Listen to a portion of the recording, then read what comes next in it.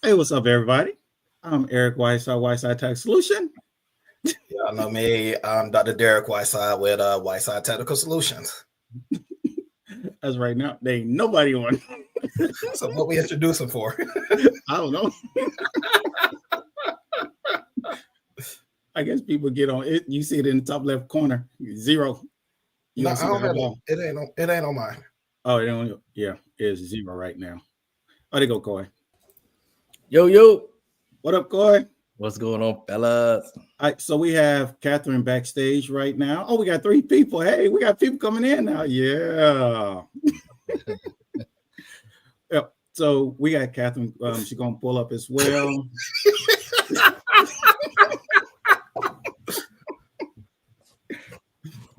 Hey, everybody, as you come in, get comfortable, take a seat, Yeah, have some I fun. don't have the fancy logo shirts like you guys, so I gotta come with What up? Hey, what up, Walt? What up, Walt? I gotta look professional, Thank you for stopping by, Walt. I do have something. Let me, because I do have an audience guide as well. Let me see if I can pull that up so I don't mess myself up. What's going on, Erica? Copy link. Hey, Erica. Hey, Erica. Erica, I think I did it right. I dropped the link because you said I always mess up. So I dropped the link. I want to make sure I got it right this time. So let me know if y'all can click it. Derek, can you even access it? I can't click it. I see it. Oh, well, we hope it works. She said okay. She said we did good. Because she always picking on me. All right, Erica, I look like I finally got some sleep, or I still look like I'm half asleep. Y'all clowned me last time. My eyes. Hey, Coy. Hey, he was out, wasn't he? He was knocked out. I was awake, though. That's the thing. I wasn't even sleepy. Man, you look like you are out for real. I was wide awake. I'm laughing now because it looks like my eyes half open. It's good that people remember. Right. Exactly. Hey, what's up, Carbon? Carbon. Hey, Carbon. What's up, Q? All right, let me see if I can share my screen the right way this time. If I mess up, entire screen. Here we go. There we go. There we go. Today we are bringing mental health awareness. Let's talk about mental health. So what you have in here, if you take a look at the link at the above, let me see if I can pin it. Oh, I can't do it. Carbon, you will have to show me how to do that. I don't even know how to pin up there. I dropped the link. You may have to drop it again just to pin that at the top so people can actually see it, see the link and try to click on it. It's just a user guide, a follow along guide because we're talking about mental health. So it's presented by us, WTS, as well as Coy Wellness Solutions. So with that, take it away, Dr. Whiteside.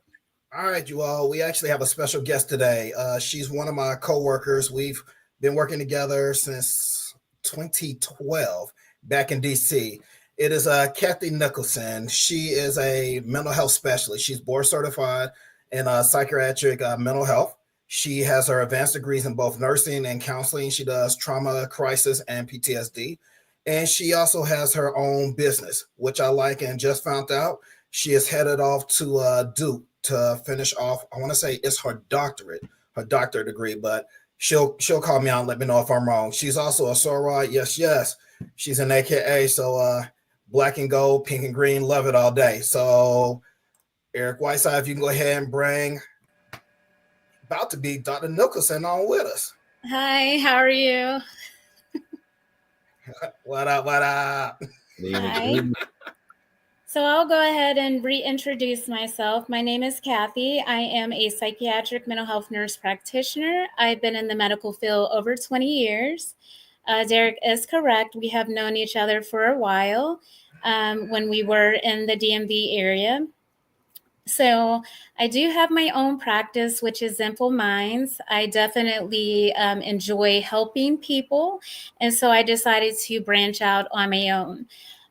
Due to the fact that I really enjoy what I do, I was accepted to Duke University and I will have my doctorate, but I'm also doing a fellowship there so I can specialize even further with adults as well as adolescents. in the mental health community. So that's a little bit about myself, and I'm ready to get this party started. Let's go. Let's go. She's selling herself short. Let's take a look at this. These are her specialties: ADHD, anxiety, depression, bipolar disorder, PTSD, trauma, stress, eating disorders, PMDD. You got to explain what that means. I had to Google it. Schizophrenia and reproductive counseling. So this is a large gamut. So it just shows you have a wealth of knowledge. So don't sell yourself short on that. Come on now. So what is PMDD? All right. So PMDD in layman terms is basically for our women who always say, okay, we're having some PMS. You know, we're experiencing PMS. We're having a bunch of cramps. We're having mood swings, as well as our men. Men will often say, oh my gosh, this woman, she's experiencing, severe mood swings. So there is actually a medical diagnosis for that. Sometimes when women go through things such as the menstrual cycle, they experience, a lot of pain, a lot of depression, sometimes anxiety. A lot of individuals may not realize that due to the fact there is a diagnosis, they kind of brush them off. So the reason why this is important is because when you become a little bit older, you go through perimenopause as well as menopause, and some of those issues kind of linger together. So you may ask, how does that play together with the mental health community? Well, it actually plays a huge role in the different aspect of the fact that some of the medications that are used in mental health diagnoses are also able to be used as well for those specific diagnoses, such as the premenstrual disorder as well as menopause. So not only that, but I'm going to bring the men back into this. A lot of those medications still assist with issues that men may have, whether that is libido or depression, due to taking other medications such as medications for hypertension, because we all know that that is one of the major side effects, especially in African American men. They do not want to take those medications to prevent hypertension just because of the libido. So in our community, we are able to prescribe medications for the libido process. However, they are also used as a off-label use for libido issues in men, as we know as erectile dysfunction. So that's just a little snippet about that. All right, so what we're going to do, we're going to dive right into it. Let me see if I can share this one real quick. I'm struggling on all three of my screens for some reason. Give me 1 second, my bad. Oh, here we go. Okay, so we have this part here, and everybody shared that. One thing we want to do, and this is just a quick outline that we actually go by: define mental health, anxiety, depression, common myth and facts, as well as signs and symptoms. And all we do at the top right corner is just a simple, hey, Urban. Oh, at the top is just a simple guideline of how many minutes we should. Again, audience, you're there. If you have questions, you got Kathy on. Ask the questions. Ask all these questions. I'm gonna drop links. Carbon Q will drop links, as well as everybody else going to drop links. Ask these questions. So one thing we want to tackle first when we talk about mental health, and again, it's been mental health, I guess the month, Women's Month. Is that what it is? I forgot that fast. Women's Month, right? It's Women's Year. Women's Year. Oh, let's go with it. But I digress. There we go. Because y'all run this world. That's right. That's what Beyonce said. That's what we go with. That's right. So when it comes to mental health, especially for you all three of you all, define mental health. When you hear the word mental health, it's been a play on it, and now it's been a bigger push for it, which is very interesting. So what exactly is mental health, and how does anxiety and depression have a role in this or have a part in this? And ladies first. Wow. Okay, so I guess the pressure is on, right? So I am very interested in discussing this. And the main reason is because mental health has such a negative stigma. Whether it has been in today's society or, when our parents were actually growing up, their generation, it was not a topic that was often discussed. As a matter of fact, it was brushed under the rug. And so I want to say it is, what is the new generation called? Is that Gen X or Gen Z? Well, let's say the 20-year-olds. Okay. So they're all about their mental health. They're all about their peace. They're all about being stress-free. And the reason why that it is so important is because a lot of individuals are harming themselves, committing suicide, having suicidal ideation, so on and so forth. So now it is a topic that has been discussed.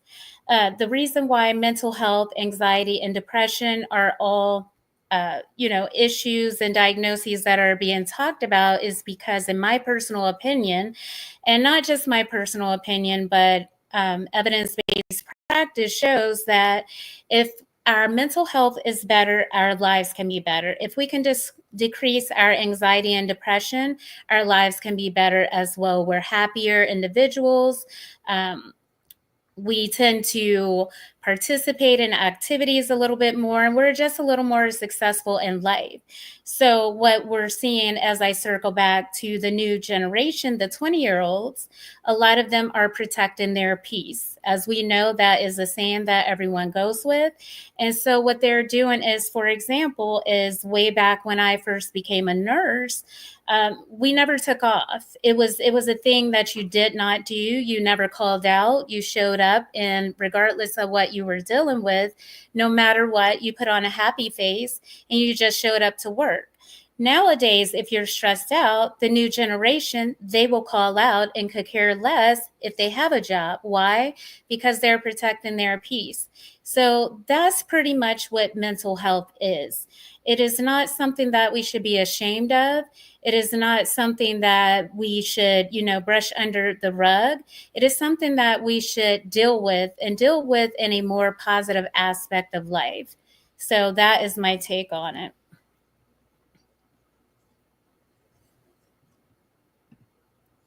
Derek, Coy? Go ahead, Coy. Yeah, I really appreciate that, Catherine. And I think it's really good to define the terms with this conversation. And I do agree with her in regard to the stigma, the negative stigma of health. And of course, we have all aspects of health. And when I think about health, I think about just a simple definition. One of my professors back in grad school just really made it in layman's terms of what health is. And health is when your body does what it's supposed to do when it's supposed to do it on time.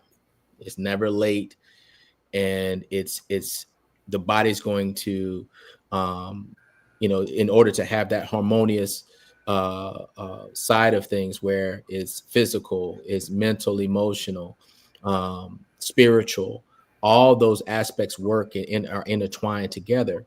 And so when we go into the mental emotional, obviously mental health is a big pillar into that.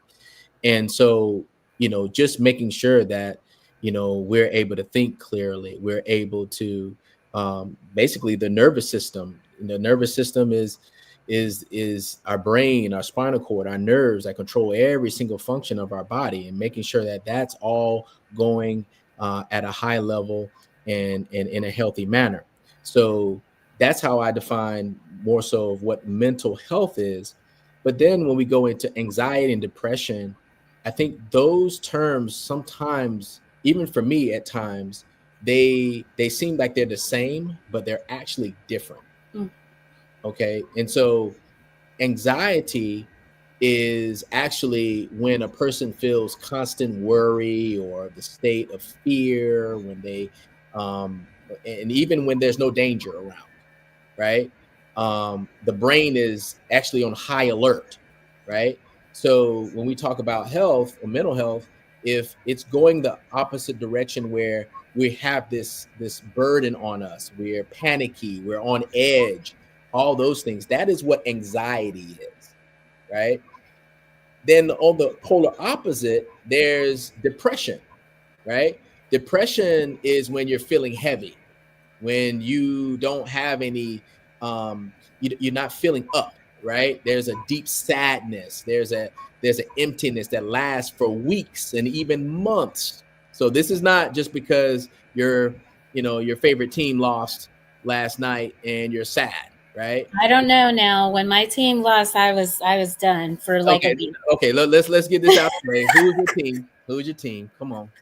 Washington Commanders, and we're going to listen, and we're going to the Super Bowl next year. Well, this year. So all right. Yes. All right. Can you mute her for a second, please? You must be a Dallas. Listen, you must be a Dallas Cowgirls fan. Oh my God! I'm just saying. Now I got mental health, right? I got all right, but let me bring us back into the conversation. When a person's depressed, they're not feeling motivated, right? And they just don't want to do anything, and they're just tired all the time. They're struggling. So when I look at anxiety and depression, one is on a high, is just feeling feeling up and overwhelmed, right? And then a person that's depressed is feeling down and drained. So those are two different things, and we have to make sure that we make that distinction. And I just like to make sure we define those terms as we go into this conversation. And I'll just leave it there, and we can go into some common myths and facts about these two terms. Or Dr. Whiteside, if you'd like to add to that. Nah, both y'all doctors summed it up. I'm gonna just be over here and be quiet and play in my sandbox. Yeah. You see how this works? He's not a football fan, so this see how this works. I'm a Panthers fan, so I'm gonna be quiet. We're gone. We definitely need to be quiet. Yeah, you can be even kill, but sir, what's your team? Oh, me? Cowgirls? No, I'm not a Cowgirl fan. I'm a Panther fan, so we don't have anything to talk about right now. Well, that's okay. But here's the thing. One team actually wins the Super Bowl, and yours didn't either. So we're all. You did it. Now hold on, but so let's leave it at that. Listen here. Now let's get into it. We did make it to the playoffs. Yeah, we made it to the playoffs, but we're all sitting on the couch at the end of the season. And no, because I was shopping during that time. Oh, okay. Gotcha. Dang, Erica, you done called me out. I was not asleep last time. Yeah, I can't say anything. I'm a Saints fan, so we don't even count anymore. After Drew Brees, we're done. I'm just here. And wait a minute, I love the Saints too. That's my second team, so you I are right. like the colors. Forget them.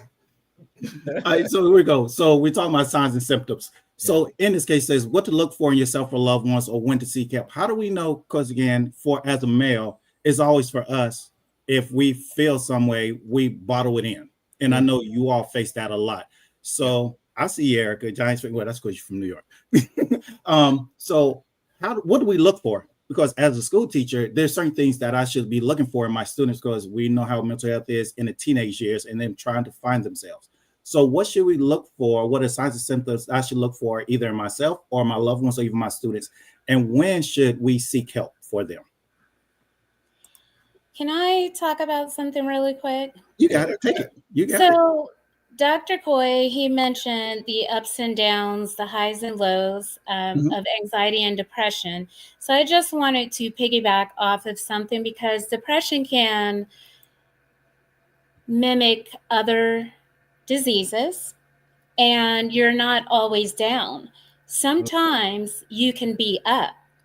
And so when a patient is having their high, they can go to work, they can smile. You may see students who's, they're coming to class, they're doing great. And for example, us being in the Air Force, we often would get asked the question, how's your day going? And we had one simple answer: oh, it's a wonderful Air Force day, when really you're feeling as if you want to jump off the bridge sometimes. You're really stressed out, but you have that typical standard smile on your face, feeling like, oh my gosh, my life is going great. That's your high. But the low part is, like Dr. Coy said, is when you are severely sad or you're just down and out. You may want to sleep. You may not want to go outside. You may not want to talk to anyone that you normally may talk to. Um, and so I just wanted to point those things out, because what it always technically look like according to the textbook is not necessarily what it looks like in real life. So I think we do need to um, just kind of reiterate on some other things, because that and two also leads to different diagnoses such as like bipolar depression, and that would be kind of like your highs and lows, but you still have more depressive state. And I can get deeper into that, but I would say when it is great to seek help is when you're actually feeling these issues.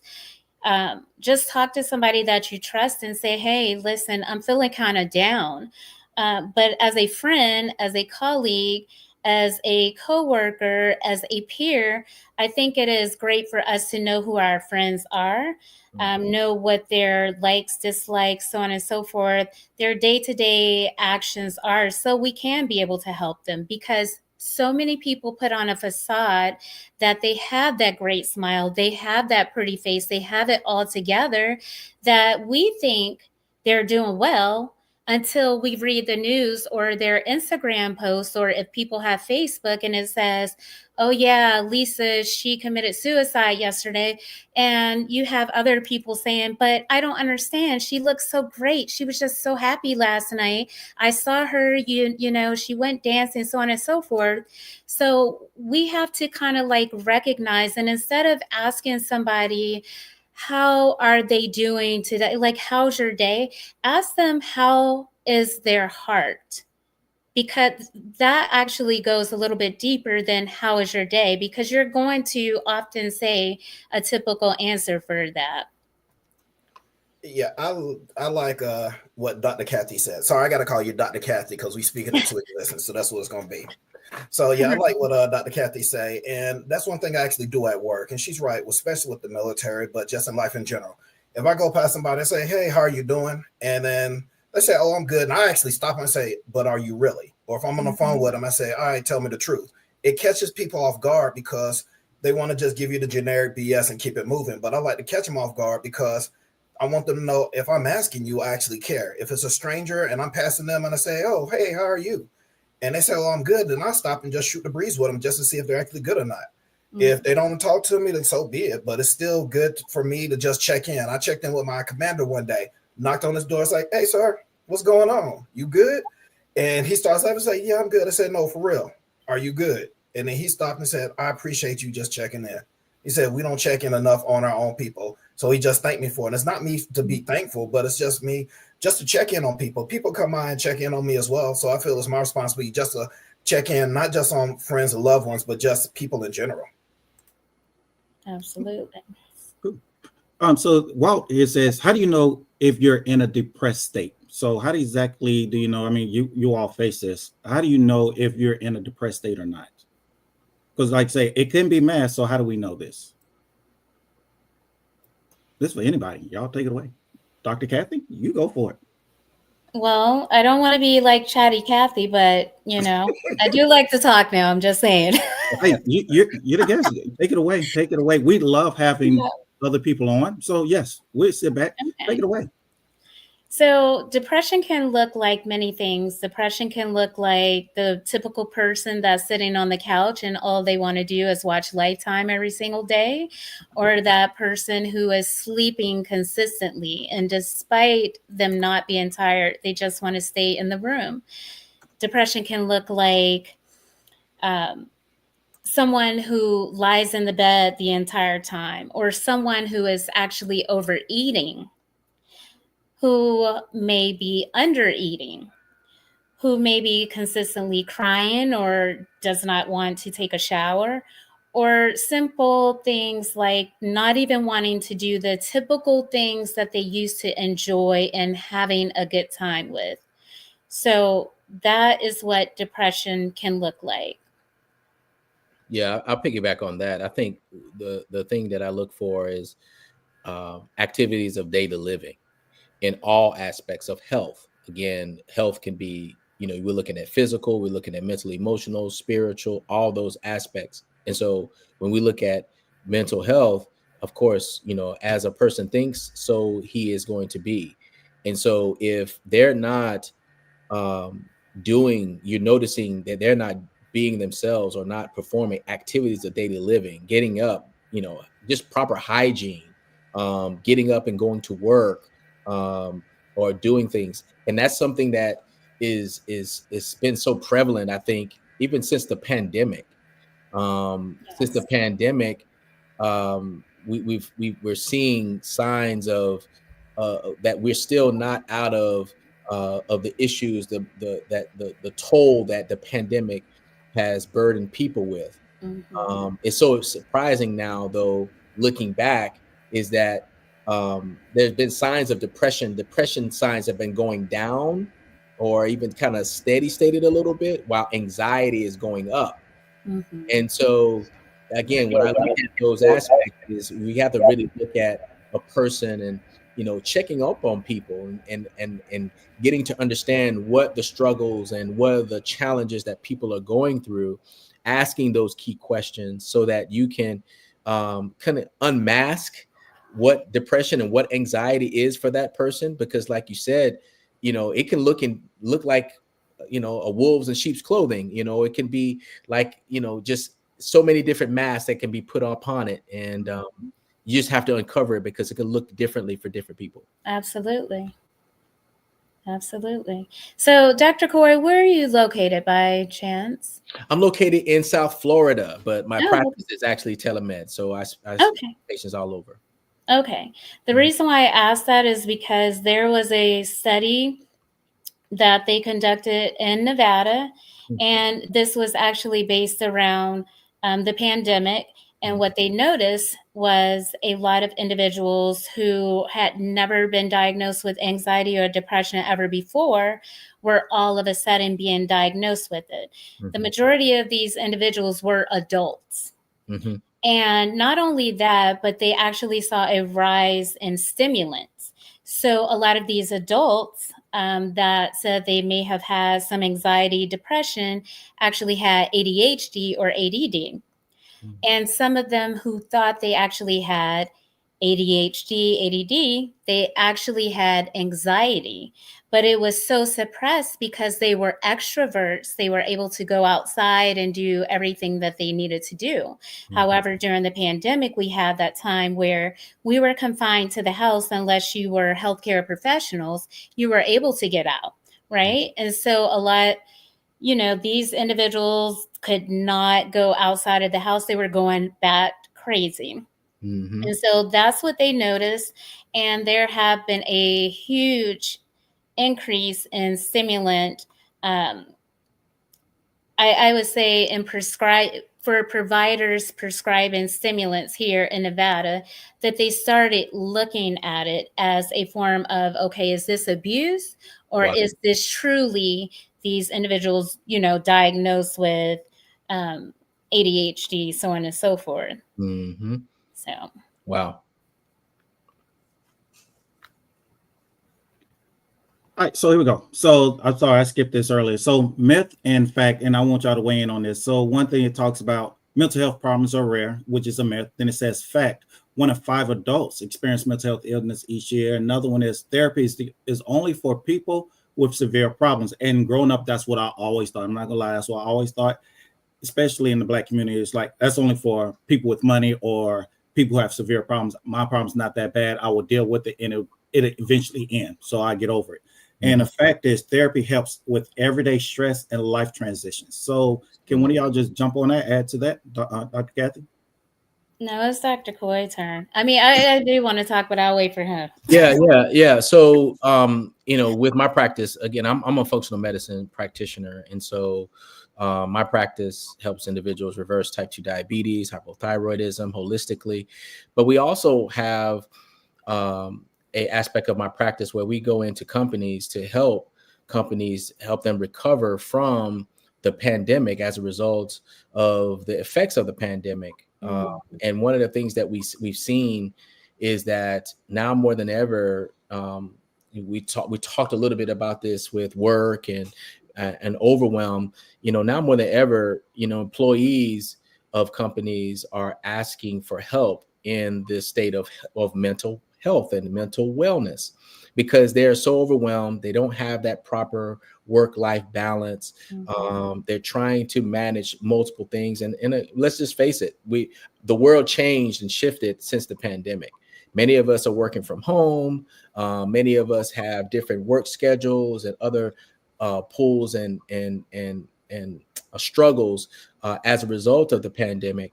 And one of the things that we really look at is how can we support those companies? How can we support individuals in that aspect? And so we have solutions for that as well, where we're looking at the mind, the body. We're looking at aspects of trying to bridge that gap of allowing the body to be a well-oiled machine, and just to make sure that we decrease those negative aspects of mental health and wellness. So that's something that we do on a daily basis, and helping those individuals there. Now, I know you mentioned like the holistic aspect of it. Have you all done anything regarding that, such as like using essential oils, or is it more so, hey, just give these people days off from work? So how do you navigate that? Yeah. So generally, if it's on an individual basis, one of the things that we see, we treat patients with type 2 diabetes, for instance. And believe it or not, diabetics, a lot of diabetics have a worry, and they call it diabetic distress, because diabetes, nobody wants it, and we know that the negative effects of diabetes, what they are, 2 out of 3 diabetics will die of a heart attack or a stroke, or, every 3.5 minutes, a diabetic is going to have an amputation. So kidney disease, all these things, these negative aspects, and people don't know what to do about it. There's a mental strain in that. So let's just even extrapolate that and look at just other disease processes and overall health, where, again, since the pandemic, not that we didn't have these problems before, but it's almost like the pandemic really heightened and brought, took the Band-Aid off of the wound. So now it's exposed and infected, and we get to see it and be exposed to it. Many people are just now figuring out that, man, I'm not well. And well, what do I do about it? And who do I seek to do? What solutions are out there? And so we try to fit in the gap with that, to really address those things from a holistic health standpoint. So it's not just, just essential oils. It's actually looking at root cause of that issues, and it can go from lifestyle factors, from nutrition, and and then even counseling, pushing folks to, hey, you need to get help. And I'm not the mental health professional. Hey, let's make sure that we find someone that is that's going to really help you in that aspect. And therapy may be an option. There are other tools that are out there. I know that we'll probably talk about some of those as we go along, but I think that's the main thing that we want to do in my practice. Awesome. Thank you. Yeah. One question, Urban Garden Chronicles, she said, what other remedies can a doctor provide to a person with depression but does not want to take medication? So totally understandable. There are people totally against it, which I truly support. So what other remedies can doctors provide? Because y'all are doctors. So what can y'all provide? Well, I personally think that it is based on each individual and how bad their depression is. And the reason why I say that is because there's levels to it. You have mild depression, moderate, severe. And if it is severe, you can try to use holistic methods, which I'm huge on, whether that is, I like the essential oils, but also trying to exercise, utilize, put yoga into your life, exercise, because we all know that if you exercise, those endorphins, it allows you to feel better. Um, Changing your lifestyle, but also extrapolating some of the things that are going on in your life that could be causing the depression. How about we remove those factors? So that is something that you can do to prevent, well, not prevent, but to avoid using medications, because, medications is not the end all be all, right? Once you hit the fourth medication, the fourth antidepressant, you should not be utilizing or prescribing other antidepressants to a patient, because that means that they're having resistant depression. So at that time, you can use cognitive behavioral therapy or other therapeutic like types of therapy, such as if they have PTSD, let's get into that. Let's treat them for that. Maybe utilize one medication, or you can even use TMS, which is the transmagnetic stimulation, which will pretty much, in layman terms, is zap the brain back to normal and put you back at an even state. Because after all, that's what we're dealing with, is the neurotransmitters in our brain. So of course, we're a little off center as far as that is concerned. But if you want to try to alleviate, use the medications, you can do that. And lastly, you can also use over the counter, like herb type medication, things like that. However, it is not always recommended, because some of those medications can counteract with your regular medications that you may take. Say if you have hypertension and you're taking a antihypertensive medication, you can have other issues. So it can be a little worse and make things a little more worse than making it better. So you just have to look at the big picture and treat each individual as a individual, not as the textbook. Perfect. Yeah, What's up, Joe? And the other thing is that when it comes to medications, I am not a fan of putting people on medications. I prefer to talk to them first to really do a background digging, similar to what Dr. Cole is talking about, getting to know what's really going on, sitting down, not really counseling them, but getting to understand their situation. Because if there's a way I can help unhash or unearth what's really going on, then maybe there's a way around it without putting them on medication. Because I can let you know most of your SSRIs are going to cause you some type of sexual dysfunction. That is very common, and that's what I want to avoid, because people will always complain about it. But every antipsychotic, I have not seen one that does not come with a side effect, either from sexual dysfunction to blood pressure to actually making the symptoms worse. So I prefer to unearth what's really going on, try to treat the underlying cause, and then work from there. If I have to put them on a medication, I will put them on a medication. I'm not a fan of the short-acting medications because of the high dependency rate and addiction rate. I prefer more of the long-acting, which takes almost 14 to 21 days to really build up in the system. And I also let the patients know that I work with, from a mental health standpoint, this is going to be a gradual thing. This is more of a marathon. It is not a sprint. We have to take our time, and we will get there, but you just have to work with us. I love that. Yeah. Chat. What I want you to do in the chat, for those in the chat, what I want you to do is, we talk about quickly, what are some signs and symptoms you should watch for? We talked about it earlier, and I jumped over that. I meant to ask you all. So I just want y'all to type it in, and not the ones in the panel, but those in the chat. What are some signs and symptoms that you look for, that you think we should watch for in someone that may be suicidal, or that's having anxiety, or just basically having mental health issues? So if y'all could just drop that real quick. What do you think we should look for? Because again, we have the panel, but I want to take it from you all as well, be interactive. What are some things we should look for when it comes to this? And as they're typing, did anybody else want to add anything about what we were just talking about? Okay, we got solitude. Okay, so we have solitude. So it makes sense when it comes to that part for solitude. Okay, what else we got up here? Oh, good one. Withdrawals, sudden behavior changes, gaining or losing weight, which is true. This one here, Robin Williams syndrome. That is a very interesting one.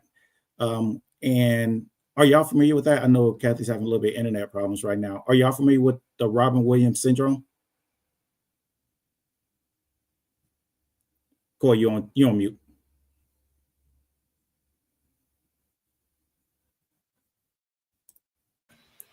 Okay, I see what Robin Williams. Eric, you hear me? Yeah. All right, Corey, you there? Yes, I'm back. I'm back. I was muted. I apologize.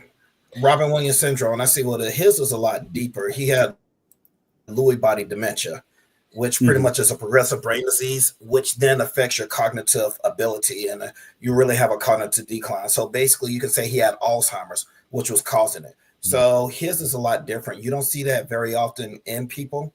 Well, I can't say very often. You will find that in people, but the thing is that there's a detailed testing that has to take place in order to really find out what's really going on, especially from that type of standpoint. I totally agree with that. I mean, with that one, that's a form of dementia. This is just basically it's a different form of dementia. And so, you have to, I think the biggest thing that we have to always look at is, as we said in the beginning, is looking at the individual and looking at them from the standpoint of everyone is their own unique, has their own unique situation. With my practice, I'm always looking for the root cause of why that is going on. When we look at mental health issues, or when we look at, mental health struggles, I'm always looking at the problem and looking at what is actually driving this problem that is actually manifesting itself or showing itself in this way. And sometimes I think another taboo with mental health is that we think that the person is broken, or something is wrong with that person, when in actuality, we know that we're just a bunch of cells made up of cells that are expressing themselves based on the environment to which we live in. And so we see these signs, we see these symptoms, and if we are able to just try to shift our minds away from looking at a person that is broken, and looking at them as, a lost cause, or they can't get better, or that negative thought, even that is very is a depressive type of viewpoint. We have to look at it from the standpoint of, hey, there's something, the body is telling us something. And if we look at it from that vantage point, then we can form strategies, we can form solutions that can solve that problem. And I think that's just a healthier way to go about, looking at mental health issues. Getting the assessment first, being aware that you have a problem, and trusting those around you that have your best interest in heart, to do a thorough assessment, to talk with someone. And you may have to talk to several people to really get a full scope and a full understanding of what's going on. But then taking that a step further is saying, okay, this is the assessment. This is where we are. Well, how can we form holistic or even conventional solutions to help with that situation? Okay. Dr. Kathy, you want to add anything? So I kind of got cut off because of the power. So I missed something. But I did hear what he said. Oh, so we were just talking about, I asked the chat, put in some signs and symptoms that we should look for. And what they did, they hit it right on spot, because there's so many there. And everybody, if you take a look at the screen, everybody was hitting these: feeling sad or withdrawn for long periods of time, severe mood swings or emotional outbursts, changes in eating or sleeping habits, avoiding social activities or responsibilities, and unexplained physical ailments. So chat, y'all hit it right there. I love that, because again, we're all along the same lines, and that is perfect. I do love that part. Coping strategies. So with this, I want y'all to hit this. So there are different coping strategies, and we're going to post the resources as well, because I know Coffee First was talking about that. Coping strategies, Practice mindful and breathing exercises. Journal your thoughts and feelings. I'm not one of those guys to write, so I know I ain't gonna be doing that. Get regular physical activity. That's more me, to be honest with you. I'm a gym rat. Stay connected with supportive people. Limit alcohol, caffeine, and screen time. So, Dr. Kathy, can you just add on to that? Because, again, this is your bread and butter. So, what about other coping strategies? We have these here. What others do you suggest? Well, if you are religious, I would recommend that you speak to someone within your community. For example, I'm a Christian, so I like to speak to other Christians that I can just bounce things off and have sound like discussions with them. And I would also say, in regards to the journaling, so people think that journaling means you're literally writing in your diary. Journaling does not always mean that. Journaling could be something as simple as, especially like in internal medicine or family practice medicine, you know, that could be used as a person who has high blood pressure. Um, and they really need to document what their blood pressure has been for a week. That's technically journaling as well. So it does not always mean that you have to write a dialogue of what's going on. You can write a little snippet. When we discuss these things with our patients as far as journaling is concerned, we should just let them know, hey, write what you're concerned about or your thoughts. It doesn't have to be a true like paragraph. But I pretty much think that everything that you have on the screen is what it is. There are a lot of other things. Being mindful. Say if you have the Peloton app, and I speak to that because I have it. Every morning I use that to do like my meditation, whether it's 5 minutes to 30 minutes. You can use that when you wake up or before you go to bed, just to help you relax and decompress. Um, and I definitely want to talk about the alcohol. So yeah, alcohol is a way that we cope, and it is not healthy.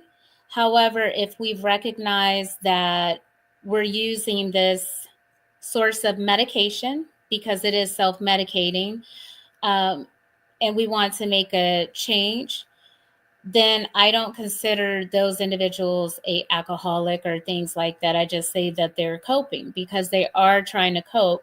However, I highly do encourage you to minimize your alcohol use, but at the same time, be understanding of people who may be going through that and not judge them.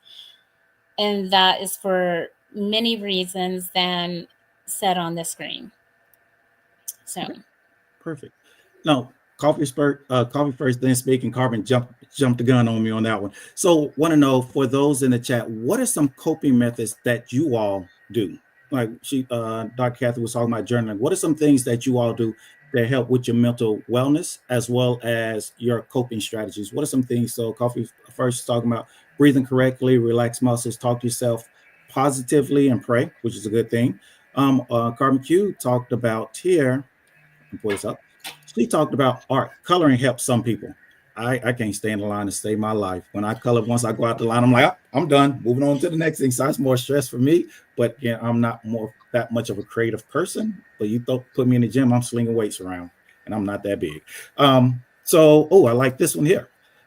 She talked about don't compare yourself to others or their journey. That is one thing. And I tell you, it's social media that is yes. a downfall or corporate for this, because that's what a lot of people do. And people need to realize when it comes to social media, it's a lot of editing. So you only see the positive. You don't see the struggle. You just see the end result. And people are like, hey, I can get there too, or I'm not on that level yet. Your journey is totally different from somebody else's. You may have to go some peaks and valleys and deep stuff there before you get to where you're supposed to be. So that's one thing. You can't compare yourself. Sarita said she talked about music. So there's good Yes. music out there. I'm not going to talk about the current music per se, but old school music. We're all old heads now. The old school music per se is what I like listening to. And again, it all depends. Some people like jazz, some people like R&B, some people like country. So music is a good way. Here, Lauren, good job talking about prayer, talking to friends, journaling, getting out and doing an activity. That is excellent job. Here, Carbon Q, gave myself boundaries. Man, I want That y'all to is speak about number one. speak about that one, Dr. Kathy, you don't mind giving yourself boundaries, because that's one thing that people don't do. They don't set boundaries. So talk about that, because I know you see this in your professional life. So can you talk about that one real quick? Absolutely. So I am going to speak about a patient that I just had prior to coming on, and it's not disclosing her personal information because we don't know her name. But she has been the rock of the family all of her life, has been the end all be all person taking on everybody else's problems. And she never knew how to say no. When I first met her, her generalized, um, just her entire physique, her stress level, her depression level, they were maxed out, without giving too much. But she did not know how to cope. She did not know how to navigate her lifestyle. She did not know how to tell people no. Since I have been working with her over the past month and a half, she now know how to say no, including her husband. She's able to tell him no. And I'm not talking about intimacy. But sometimes when you're in a household, you automatically assume because you're husband and wife, you have to listen to what everyone is saying. You still need boundaries. You need to set those boundaries, whether it is saying okay, because for example, her husband talk a lot. And sometimes she say that she wants to tell him, shut the you know what up. But instead of being rude about it, you just have to say, hey, my social battery is going a little bit low. I think I need a little bit of space. That's setting a boundary. Setting another boundary is preventing yourself from overextending yourself. Sometimes we want to be like so much, and you know, like want to be in the in crowd of things. But instead of trying to stress yourself out, because what happens is when you over exert yourself or overextend yourself, you end up putting more pressure on yourself, which causes a ultimate level of anxiety, yet you still let yourself down without setting those boundaries. So at the end of the day, you have to learn how to say no. You don't have to be rude about it. You can simply say, hey, I actually have other obligations. It doesn't mean that you're actually doing anything. It just means that you're setting the boundary to prevent yourself from overextending yourself. And I'll say this last point. For anyone that has any issues with setting boundaries and you really don't understand how to do it, there is a book called, can I say bad words up here? Okay. Yes. The book is called The Art of Not Giving a Fuck. Oh, that sounds like my book. And the book is amazing because so many times we're worried about what somebody else is going to think. For example, that whole social media. You know, you want to be pretty, you want to have the nice body, you want to get your BBL and whatever else to look tight, when in reality, all you really want to do is have a mental peace of mind. And instead we try to go out and worry about what everybody else is going to say. So you're taking 50 snapshots instead of just taking that one picture and being okay with yourself. So the point of this book is to teach you to not care what other people have to say or think about you. Be okay with you and set that boundary like, hey, this is what we're doing. And I honestly do not give a F what you say or how you feel. This is about me. When you do that, oh yeah. Mm-hmm. When you do that, it literally takes the weight off of your shoulder. And this is my final say on this. Try not to put everybody monkey on your back. You are one person and one person only. Take care of yourself. Pour into your cup before you decide to pour into somebody else's. Because at the end of the day, you're going to end up burning the candles at both ends and then you're done. And then it is so hard to come back from that. So, Anybody else want to add to that? I like it. Yeah, I mean, I really like those concepts, and in my practice, being in functional medicine and helping people with health conditions and trying to get to the root cause of it. Many all of the patients that I accept into my practice, they have an anxiety, they have a depression about their health and the state of their health. And one of the things that is a key factor in them being admitted into my practice is them choosing themselves. that's right. Is they have to make, we always say this, is that you have to make your health your number one priority over any and everything. And when we say that, that automatically starts the foundation of setting up boundaries. Mm-hmm. And folks will initially will, they'll be shocked by that at first, but when you really dig into it, it's that's the only way we gonna be able to work together, is that you have to now choose yourself and to make sure that you push any and everything aside, Mm-hmm. because at the point where we see things, again, we are trying to save lives. At this point, we're trying to save a life, one life at a time. And I get it, there's so many other factors and so many things going on, but at the end of the day, your life is at stake. That's right. And I think that if we take that approach to all aspects, it changes the narrative. Because I saw a comment in there that said that, well, when you set up a boundary, you're going to be hated, or you're going to be looked differently. People are going to look at you differently. And oh yeah, there it is. Boundaries, They don't need to be in your circle, period. misunderstood. And True. to be honest with you, that's okay. That's it. It should be okay. Mm-hmm. And you don't have to have it all figured out in one swoop, but you have to at least commit to creating that boundary. Again, that boundary may have first getting that assessment, talking with somebody, a professional that is going to help coach you through that process, Mm-hmm. to give you the solutions in order to continue to reinforce those boundaries.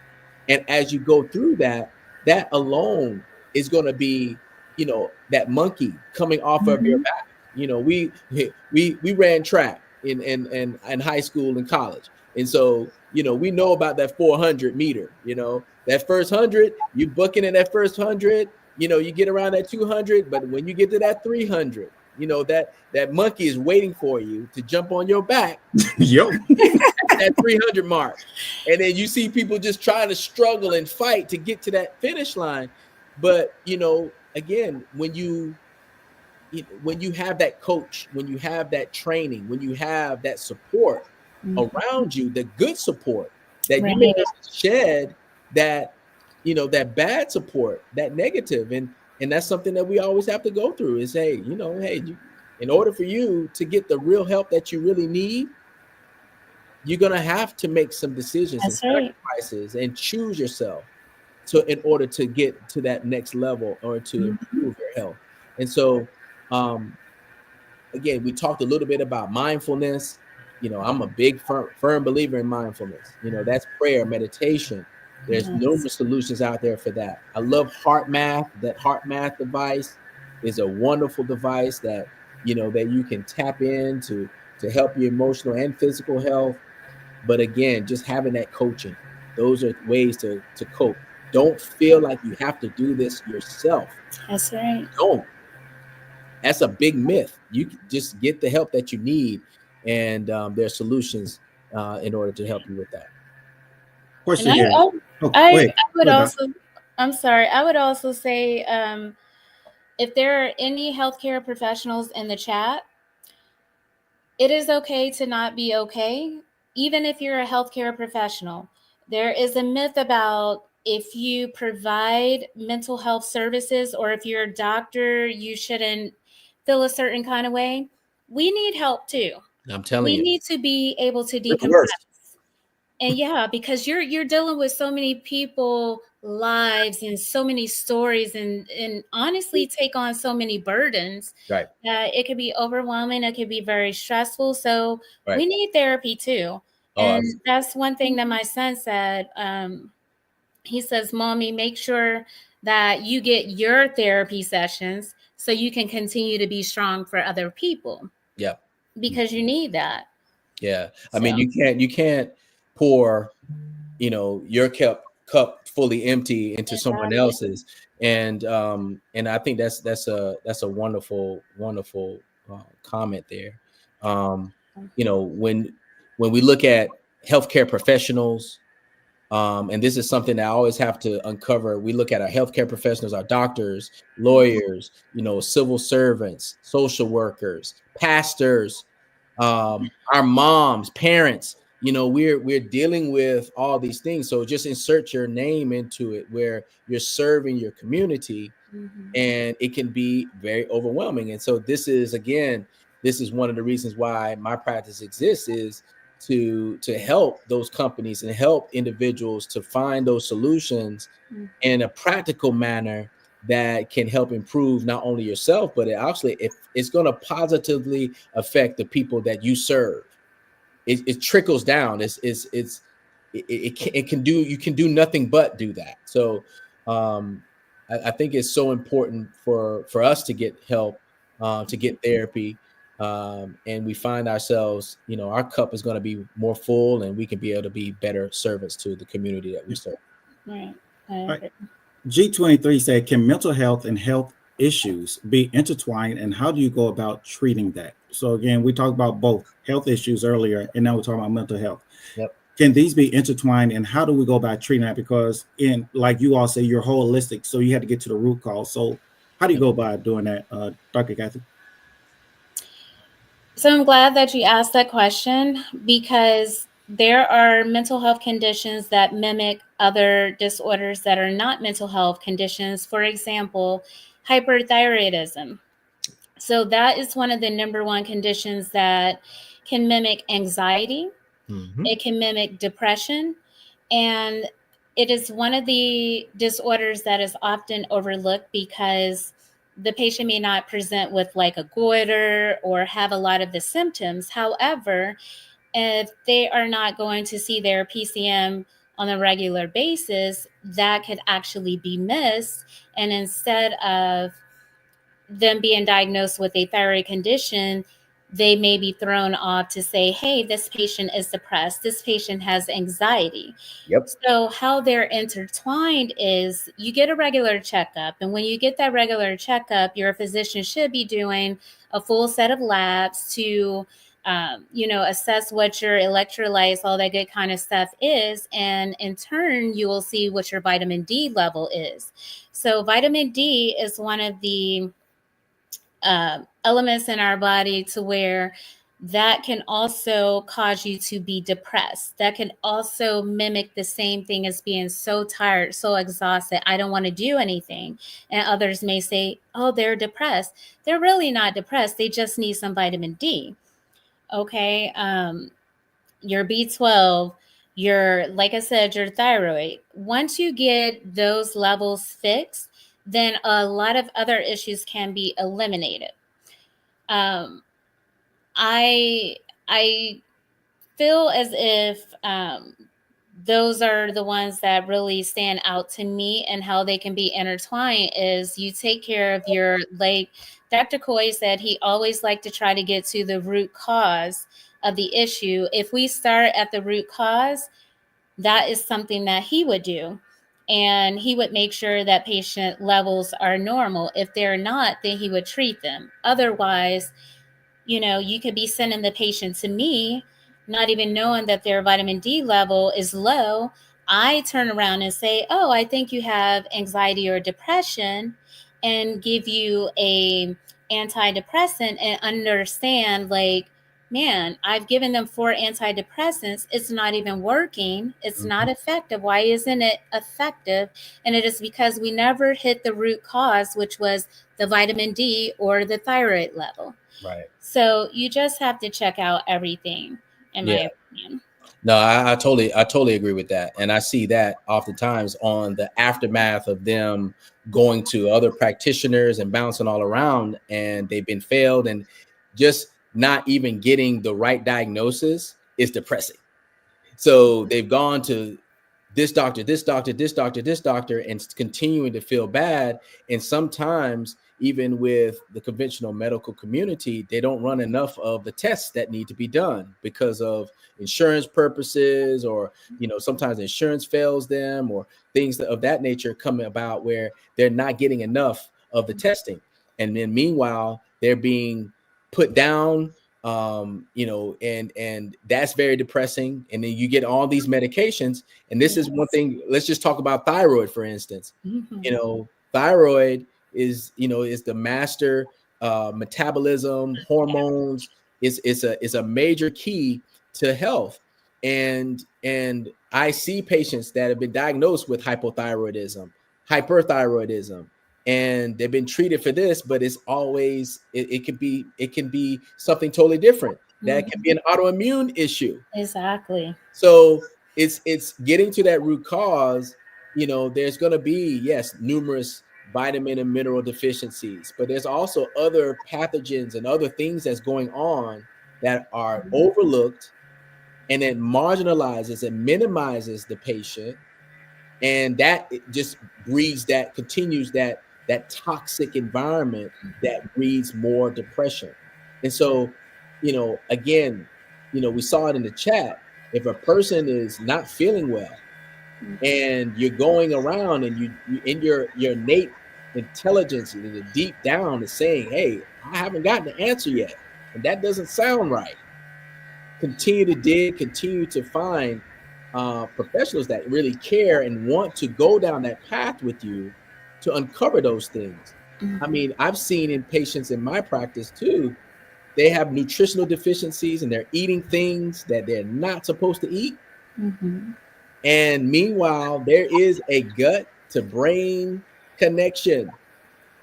And when we're eating things, just changing our diet, changing our lifestyle, that is a big coping mechanism, because we know that, if we're not eating the right things, and our body is not able to process that, it's going to cause numerous problems. It's going to cause brain fog. It's going to cause with our ability to have our neurotransmitters.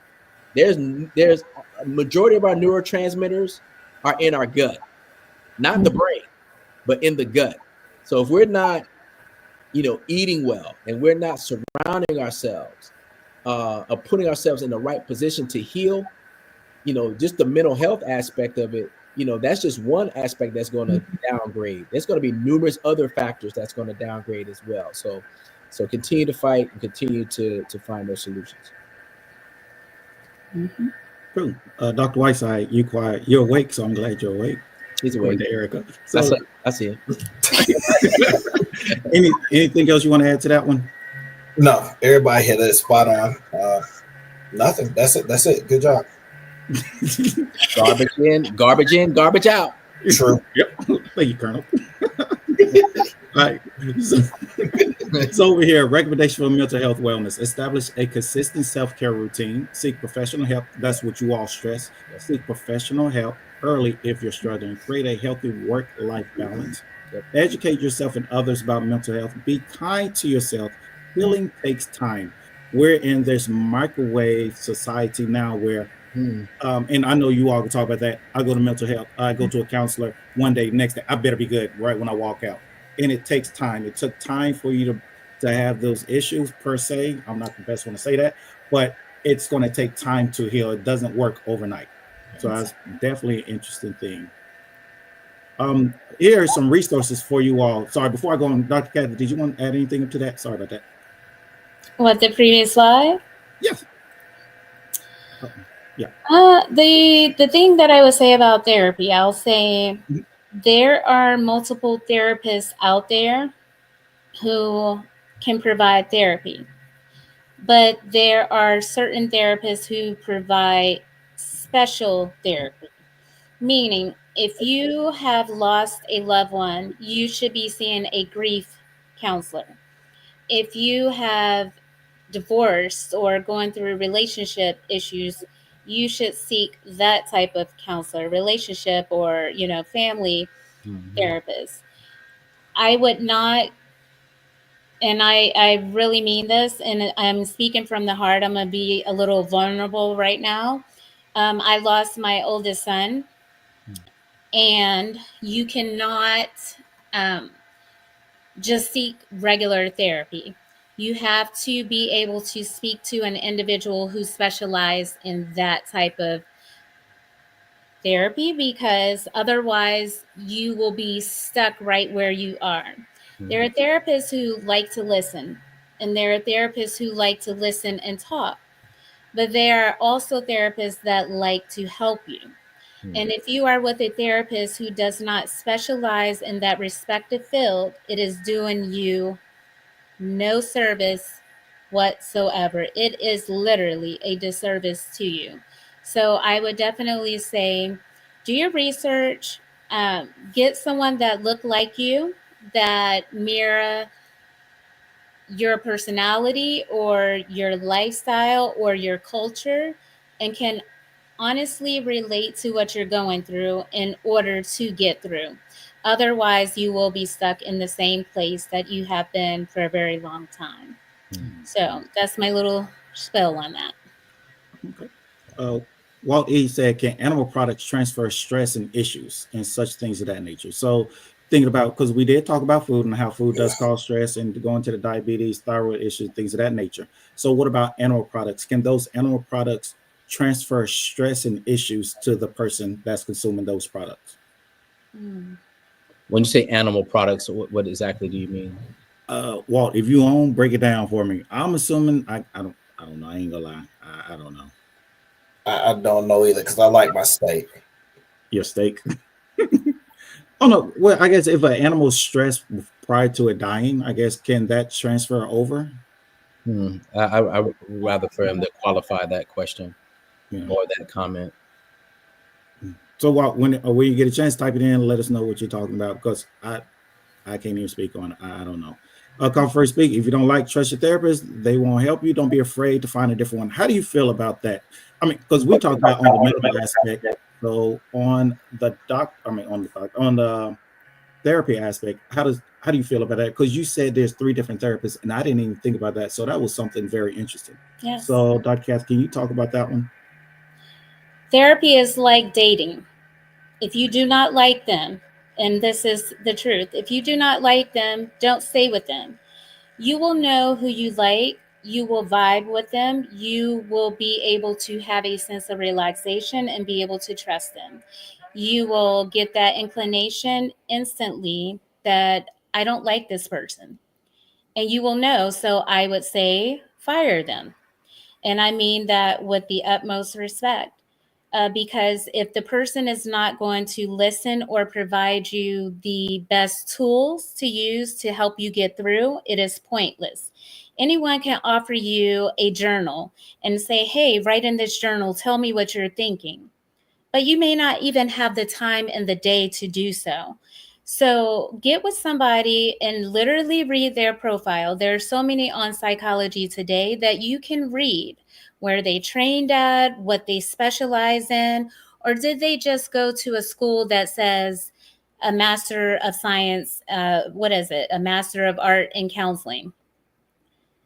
That's not going to get you anywhere. What did they specialize in? Because if you're a veteran and you're just coming to see someone for CBT, that's not going to do you any justice. You should be with a therapist who specializes in PTSD and also EMDR, because by studies that is the number one therapy that you should utilize to help with PTSD. So you have to choose someone that match what you're going through, or else break up with them like you do your girlfriend or boyfriend. Well, I mean, I would even say most people will do that with other doctors. That's right. Anyway, so I will fire you. so having that same approach is important, right? Mm-hmm. So if you have a condition that continues to you're following you, now you have to do your part, of course, right? As a Absolutely. patient, But if you're following things and you're not getting the solution, or you're not getting to the root cause, or symptoms continue to worsen, you may need to switch, or you may need to find another avenue. So definitely, I totally agree with that. Okay. Oh, sorry. Go back. Walt was talking about in the blood. My bad.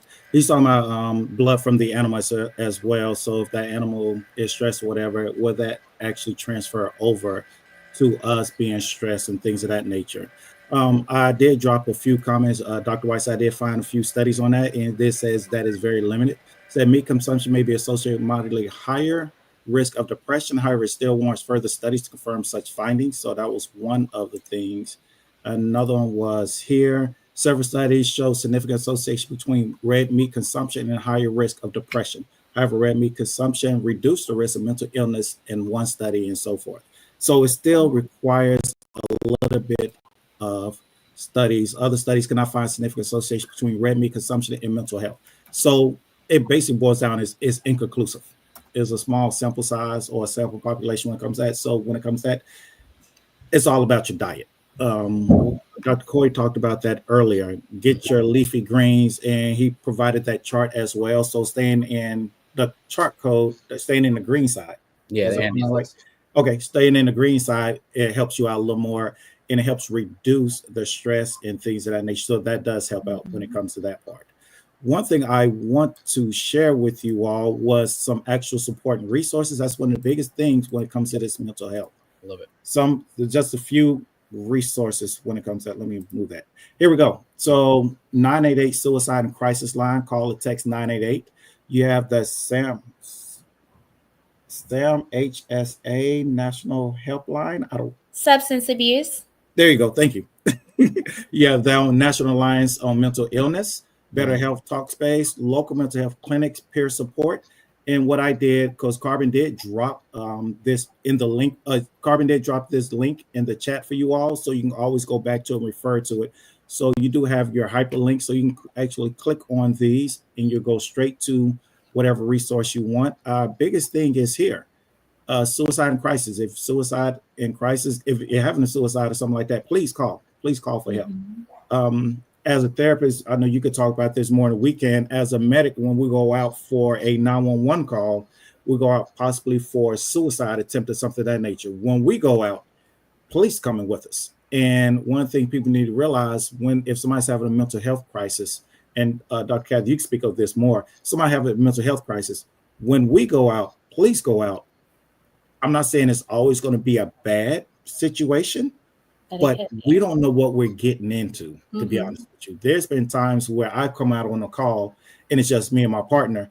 They're having a mental health crisis. This is my younger days, and I didn't know. I'm like, oh, y'all aggressive. We about to fight. So today has changed. So now we actually have grief counselors and counselors going out on these 911 calls as well. Wow. But like I say, Dr. Kathy, you can speak more on this. How does somebody handle that? If somebody's having a mental health crisis, should they call 911? I know it's a double-edged sword when it comes to that. So we just say, yes, always call 911. But what are some other avenues they could take as well if that person or themselves having a mental health crisis? Well, definitely, you can definitely call 911. You can contact the emergency room, and they will send EMS to your house, and you can just tell them what's going on. And you can also talk to a therapist. However, the therapist or psychiatrist or a psychiatric nurse practitioner, they're of course going to have to give you an appointment, so on and so forth. So your best bet would be to call 911 or show up to the emergency room. If in the event that you are afraid to call the police just because of various things that could happen when the police are called to your house, then you can just go to the emergency room. They are trained very well to recognize mental health disorders, and they will be able to assist you. And if they do not have a psychiatric unit there, then they will send you to a higher level of care at a psychiatric facility. Okay. So Cicely Edwards said 988, when you call 988 or even text it, they can send out a mobile crisis unit to the person who is in crisis. That is true. I didn't know that, and after doing research prior to you getting on, because you one of the big dogs, Doc. So I had to do a little bit of research, and that is very interesting compared to, I guess, 10 years ago. So we're taking mental health a little more seriously now compared to then. And it's medicine, so it's always evolving. So that is definitely a good thing. When I do know for a fact, when a mobile crisis unit does come, a police officer will be there. It'd be a trained police officer in mental health, but a police officer will always be there. And that's just for security reasons. Did you want to add to that one, Doc? Any docs? Talking to you, Kathy, not me. Yeah, I'm good. You're the big dog. No, I think that's pretty much the way that it is. Usually, when people report out, and I say usually because we've all seen so many different instances where the police were called to someone's home and they were killed. Whether this may be a patient who has schizophrenia or bipolar or just having a meltdown. And they have been killed for various reasons. It could have been for race. However, it could also be because the police officer was not trained well enough to understand that there is a certain way to handle a crisis. So it is the same as if someone is on the bridge or on top of the roof and they need to try to talk them down. It is a certain way that you have to handle that. And so you can't go into a space that is super rowdy and try to get anyone to calm down. You definitely have to have those skills, possess them, and be able to put them to use, such as the crisis, the trauma, those type of things. So, yeah. Okay. Here, more references, credible sources, Substance Abuse Mental Health Service Administration. Again, these are all hyperlinks, so you can literally just click on it, and it's going to take you to that actual link itself. Center for Science and Public Interest. Today's parenting guide, because being a parent is very stressful.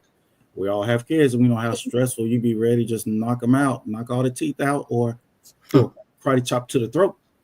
Be on liquid diet for a little bit, but yeah. So mental health, parenting is stressful. So that's one thing. I always try to seek help for that.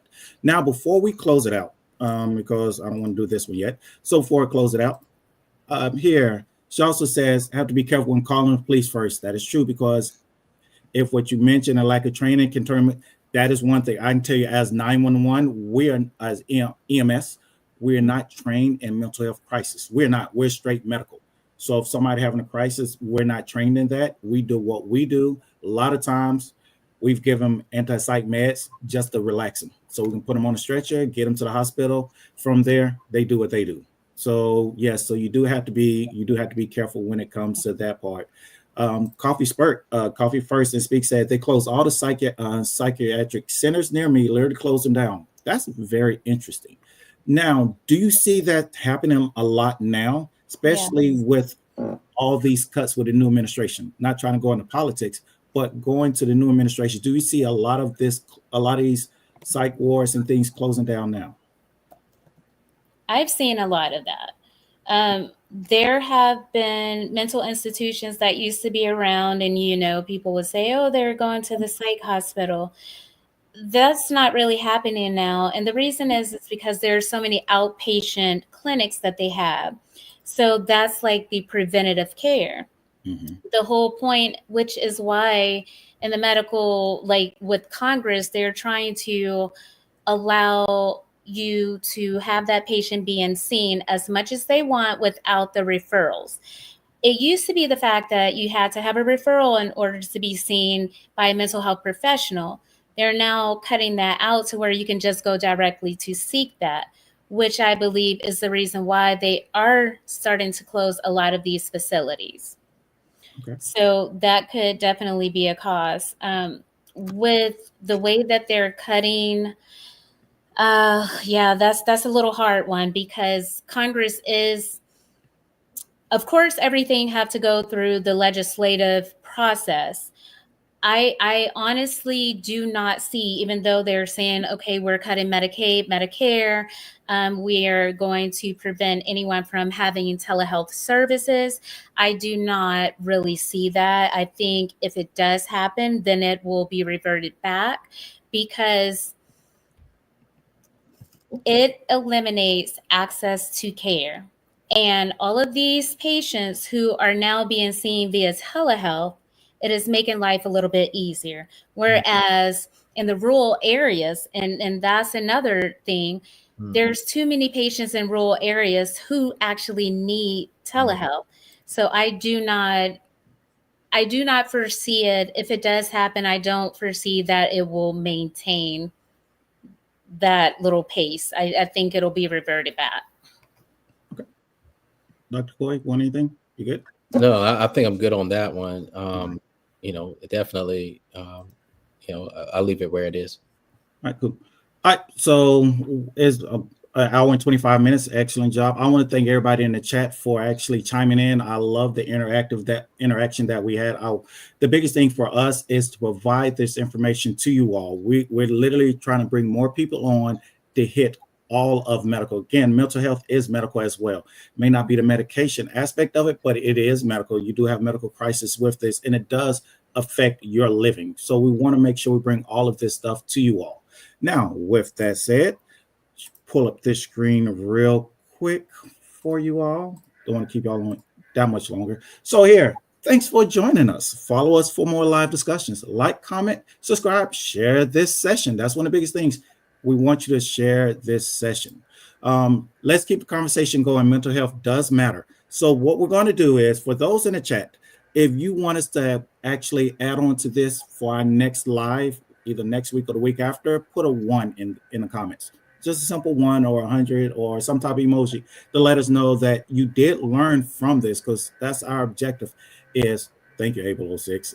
That's our objective is actually bring you this information. So again, mental health is every day. To be honest with you, mental health is every day. So if you like this, we'll bring her back. Not her, sorry. We'll bring Dr. Kathy back. Sorry about that. We'll bring Dr. Kathy back, but we'll see if we can find another mental health counselor as well from another aspect. So that's our biggest things. We want to keep this going. Our biggest thing is Can I come back? Yeah, you coming back. Golly. You coming back. You part of it. We coming back. Coming back. Okay, I know. I just want to make sure, because you coming back. Dr. Kathy came on here. Now I'm afraid of it. I see how this is working. I'm like, hold up. Y'all trying to kick me off and then move her in, and that's how it's gonna be. I mean, commanders rise to the top. Oh God.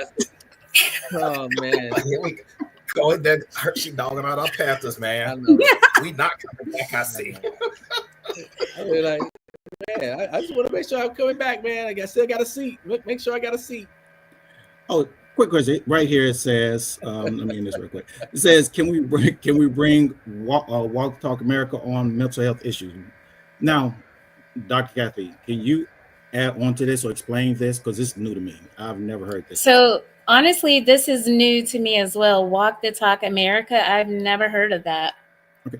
G23, can you break it down for us? Because I've never heard of it, but I'm not in the mental health aspect of it or therapy. So could you break that down?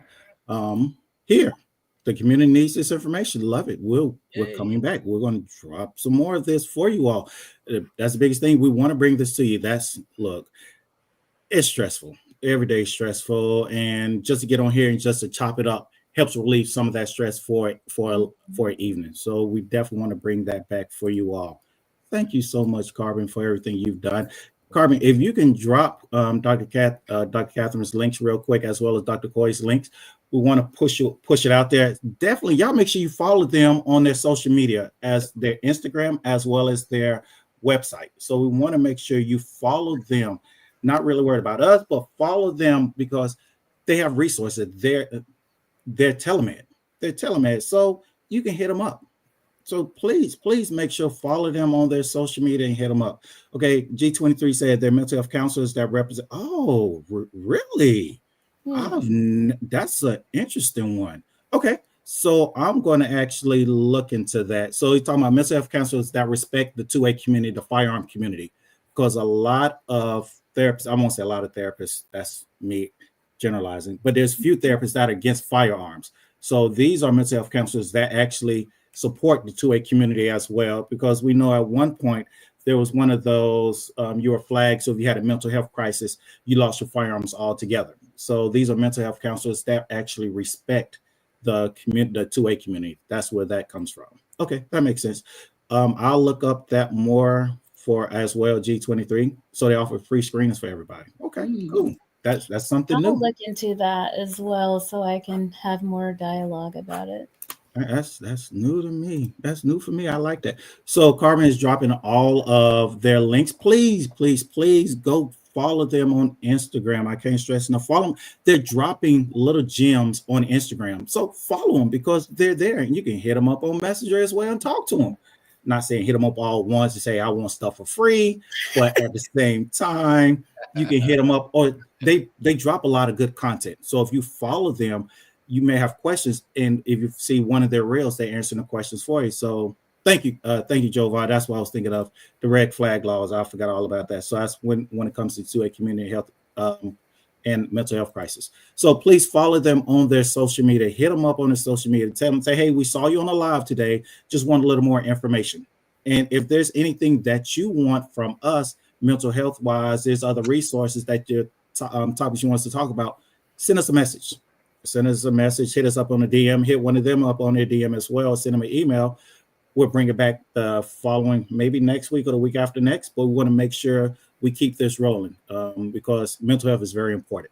That's one of the things. It is very important. So with that said, Dr. Whiteside, did you want to add anything? We're going to let Dr. Kathy be closing after that. Dr. Whiteside, did you want to say anything? Dang, I mean, she the closer. I'm gonna just shut up. Okay, cool. Moving on to the next here. So much pressure. Dr. Corey.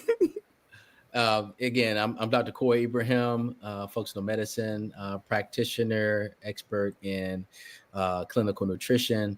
Our website is www.coywellnesssolutions.com. Follow us on Instagram and Facebook. I'm actually doing a webinar on Wednesday about how we can reverse type 2 diabetes. I'm actually doing a master class going over that, talking about labs and how we're able to really get deep into that, major labs that need to be done that are often missed, and even 5 foods. I'm going to go over 5 foods that a diabetic should not allow into their diet. So we're going to go over that. So I'm going to uncover some things there. So please go to my social media now. If you know a diabetic, and pretty much you know a diabetic, because 1 out of 10 people, 1 out of 10 persons is a diabetic. So if you look at 10 people around you, even in your own family, there's a diabetic there. They should be on that webinar. So please find out. Look at our social media, send me a DM. I'll be more than happy to give you a VIP seat into that virtual webinar on Wednesday. And just here to help people, as many people as possible. So thank you for having me. And thanks for not kicking me off the show because we got new guests on. I know, right? See how he get somebody new and he ain't brand new. Like, man, I'm glad I came. Not to be the bow tie. I was gonna say. I'm glad I came because the last one I was starting to get real relaxed, and then next thing you know, like that spirit come correct this time because we got somebody, and lo and behold, I'm like, man, they're trying to move me off the show. Oh my God. Dr. Kathy. Well, Dr. Coy, it has been a pleasure meeting you and taunting you a little bit. So this is the positive aspect of mental health. Yes. Okay, you should have some lightheartedness. So it is a pleasure meeting you. Thank you. Dr. Whiteside, you know I wholeheartedly care a lot about you. You have been great. You have been a mentor to not only myself, but as well as my son. So I thank you for that. And Eric, it is a pleasure meeting you. By the way, they fooled me. I had no idea after all of these years they were twins. So bad. Number one, which is really important, is I would like to thank everyone that is in the chat for participating, for showing up. This was my first time here. I really enjoyed myself. I don't know everything. So what I do not know, I will be more than happy to look it up. But I do, however, have a lot of knowledge that can help you in the mental health community and in life in general. What I do share is from the heart. It is very genuine, and I can actually speak from experience. So please join us next time. I don't know if I'll be on the set, but if so, then I have to give that energy to Dr. Coy yet once again. Oh, you coming back now? You definitely coming back for this. They already made it happen. They already got you on, and they were like, "Man, we gonna get this boy on here." Oh yeah, by the way, sorry. So follow me on Instagram and Threads, and let's see. Eventually, I'm gonna have a YouTube channel. Nice. So it's called Hey Girl, That's Interesting. Oh wow, okay. So eventually, I'll talk about some other lifestyle changes and information that we as women, not only women, but individuals just in general can kind of like benefit from. So thank you. All right. With that said, y'all have a good night. See you next time.